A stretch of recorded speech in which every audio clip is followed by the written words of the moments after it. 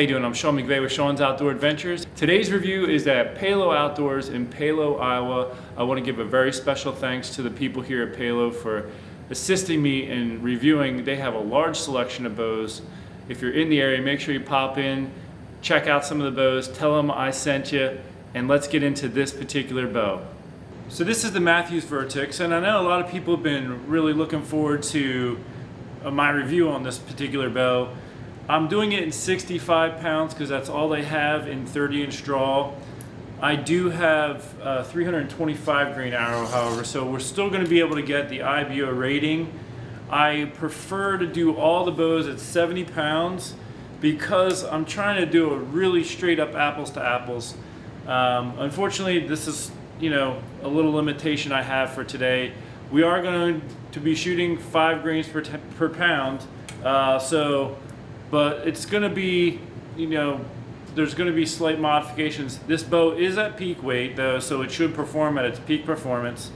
And one thing about Mathews, they have a rubber handle on the bow. It doesn't allow your hand to slide real easily, which is good because it can help you, create a consistent grip without your hand sliding around from one shot to the next. That's also good if you're a hunter in cold weather. The rubber, it's a little nicer on your hand than the cold riser. So you have that. With Mathews, we're used to seeing the large cams. With the system they have now, you can actually change the draw weight with the modules.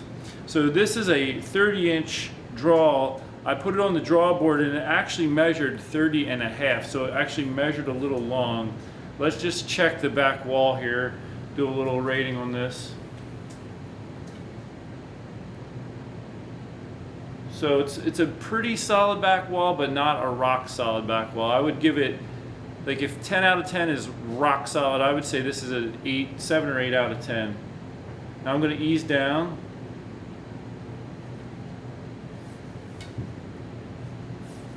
So it comes off about an 8 out of 10. This is probably about an 80% let off.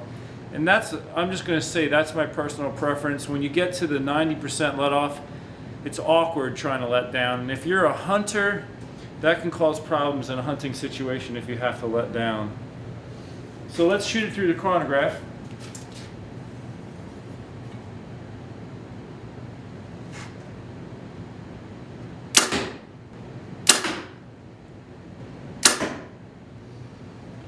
All right, so I'm just going to go over the data here with you real quick. The axle was 30 inches dead on. Brace height was 6 inches dead on. Unfortunately, this was only a 65-pound limb. I wanted to do all the bows at 70 pounds this year.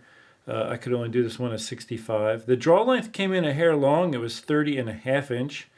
But the average speed after 3 shots was 337 feet per second, and that's with it. Actually, I forgot to change on the top of my chart here. It says 350 grain arrow. That's incorrect. It was a 325 grain arrow.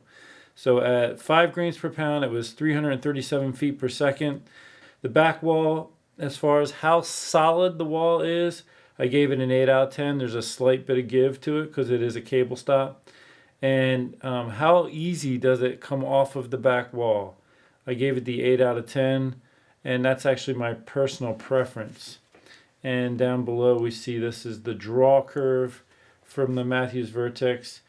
And looking at this curve compared to some of the others, there is a little bit more of a slope to the back end of the draw cycle compared to some. So first impressions of this particular bow is, I would say, out of the bows I've shot so far this year, this is the most dead in the hand bow I've shot. Now, I will have to say this is the only bow I've shot at 65 pounds as opposed to 70. There's a 5-pound difference, but I don't know if that would make the difference as far as the dead in the hand feeling. I mean, this bow does not move. I'll just take a shot while I'm talking about this. Move a little over around my chronograph here. All right, watch the bow. I mean, it's very quiet and very dead in the hand, which is, it's impressive. So Mathews has always, as I've been doing these bow reviews, Mathews have just been making quality bows, and I haven't really had the chance to play around with tuning one. I've been told by some people that it's super easy to tune with the way they have their whole cable system. There's really not much you need to do.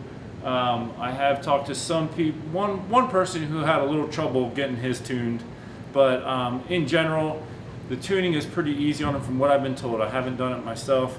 You can see they've done some things to strengthen the riser with the expanding the cage here, the riser cage here and here. These are moves that some manufacturers do to help create rigidity, because when you do draw the bow, and it does cause flexing in the riser with how long the risers are. So you're seeing these types of things, these add rigidity to it. So, and the grip is interchangeable. All in all, you know, with the dead in the hand feel, I'd say this is a really nice bow. And just another thing, it does feel a little heavier than some of the other bows I've shot, but I definitely would give it a thumbs up. So thanks so much for tuning in to this episode. I hope you'll stay tuned to the rest of my reviews. Until then, take care and God bless.